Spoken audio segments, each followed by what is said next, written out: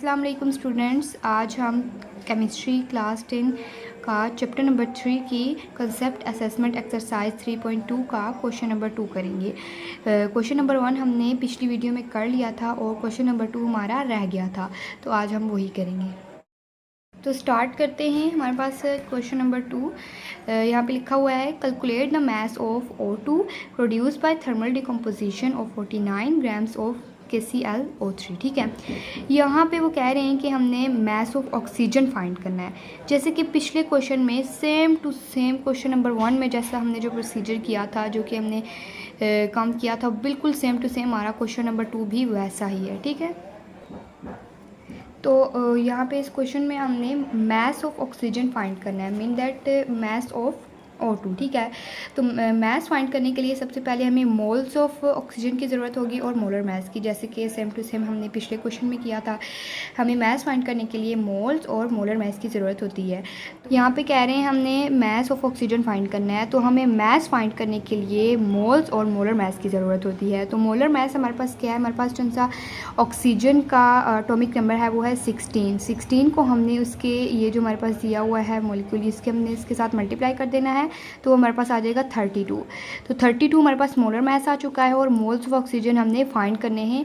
तो हम moles of oxygen find करेंगे, तो उसके लिए हमें मोल्स ऑफ KClO3 की ज़रूरत पड़ेगी। ठीक है, मीन दैट यहाँ पे कह रहे हैं हम जब मोल्स ऑफ ऑक्सीजन फाइंड करते हैं तो उसके लिए हमें मोल्स ऑफ KClO3 की ज़रूरत पड़ेगी। तो वो हमारे पास नहीं है, वो हमने उसको फाइंड करना है। तो उसके लिए हमें जो क्वेश्चन में मास दिया हुआ है वो हमारे पास 49 ग्राम है, उसके लिए हमें मास चाहिए होगा और मोलर मास चाहिए होगा। ठीक है, तो मास हमारे पास 49 ग्राम है और मोलर मास हमारे पास क्या है, मोलर मास हमने फाइंड करना है। जो सा K है स्टैंड फॉर पोटेशियम, जिसका हमारे पास मास नंबर है 39, और Cl स्टैंड फॉर क्लोराइन, इसका हमारे पास मास दिया हुआ है 35.5, और हमारे पास O3 मीन दैट ऑक्सीजन का जो सा मास नंबर है वो है 16 को हम उसकी पावर के साथ मल्टीप्लाई कर देंगे, तो जो आंसर आएगा उन सबको हम इसके साथ प्लस कर देंगे, तो हमारे पास ये आंसर आ जाएगा। ठीक है, तो अब हमें मोल्स ऑफ KClO3 फाइंड करना है, तो उसके लिए हमें मास ऑफ KCl3 और मोलर मास ऑफ KClO3 चाहिए होगा। ठीक है, तो ऐसा मास ऑफ KCl3 है वो है 49 ग्राम, और यहाँ पे जो अभी हमने फाइंड किया उसका मोलर मास वो हमने यहाँ पे पुट कर देना है, तो हमारे पास आ जाएगा 0.4 मोल्स। ठीक है, अब यहाँ पे हमने लिखना है moles of O2 and moles of KClO3, और उसके आगे उनकी कॉन्सेंट्रेशंस लिख देनी है, जो कि हमें क्वेश्चन में एक इक्वेशन दी हुई है, उसको देख के हमने इसकी कॉन्सेंट्रेशंस लिखनी है उसके आगे। तो यहाँ पे हमारे पास जो सा ऑक्सीजन है उसकी हमें कॉन्सेंट्रेशन दी हुई है 3, जो उसके पीछे लिखी होती है वो इसकी कॉन्सेंट्रेशन होती है, जाहिर सी बात है।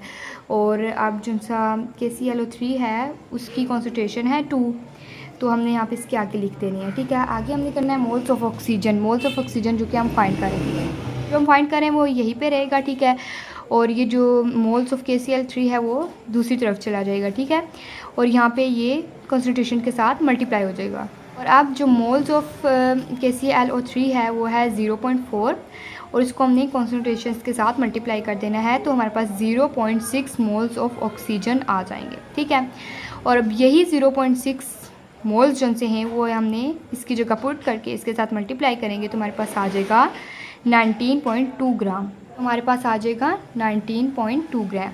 अब जो मास ऑफ ऑक्सीजन है वो अप्रोक्सीमेटली इक्वल्स टू दी 19 ग्राम है, अप्रोक्सीमेटली 19 ग्राम है। ठीक है, तो यहाँ पे हमारा क्वेश्चन नंबर 2 कंप्लीट हो जाता है।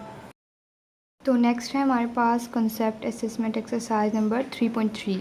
तो इसका ए पार्ट हमारे पास है, how many moles of oxygen molecule are there in 50.0 dm3 of oxygen gas at RTP।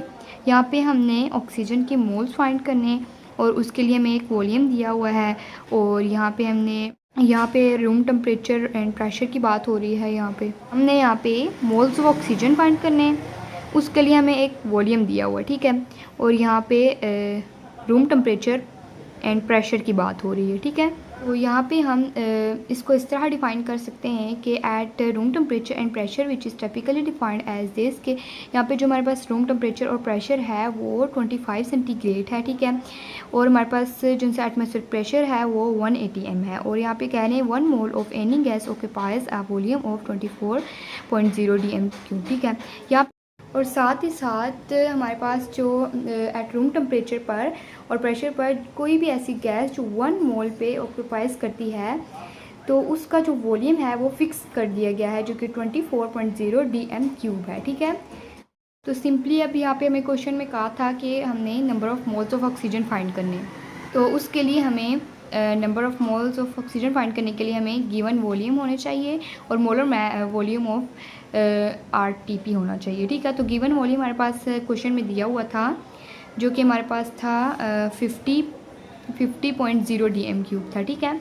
तो उसकी जगह पे हम इसको पुट कर देंगे और यहाँ पे 24.0 dm³ जो कि हमें यहाँ पे दिया हुआ था, जो कि एक 1 मोल गैस ऑक्यूपाइजेंसी करती है, उसका वॉल्यूम हमें दिया हुआ था, वो हमने पुट कर देना है। वही वो मोलर वॉल्यूम जो था, ठीक है, उसको हम मोलर वॉल्यूम भी कहते हैं, वो यहाँ पे हम पुट कर देंगे। उसके बाद हम इनको डिवाइड करेंगे और फिर उसके बाद कटिंग होने के बाद ये हमारे पास आंसर आ जाएगा 2.08। तो हमारे पास आंसर आ जाएगा 2.08 moles. Please subscribe and like my channel for my motivation and other videos.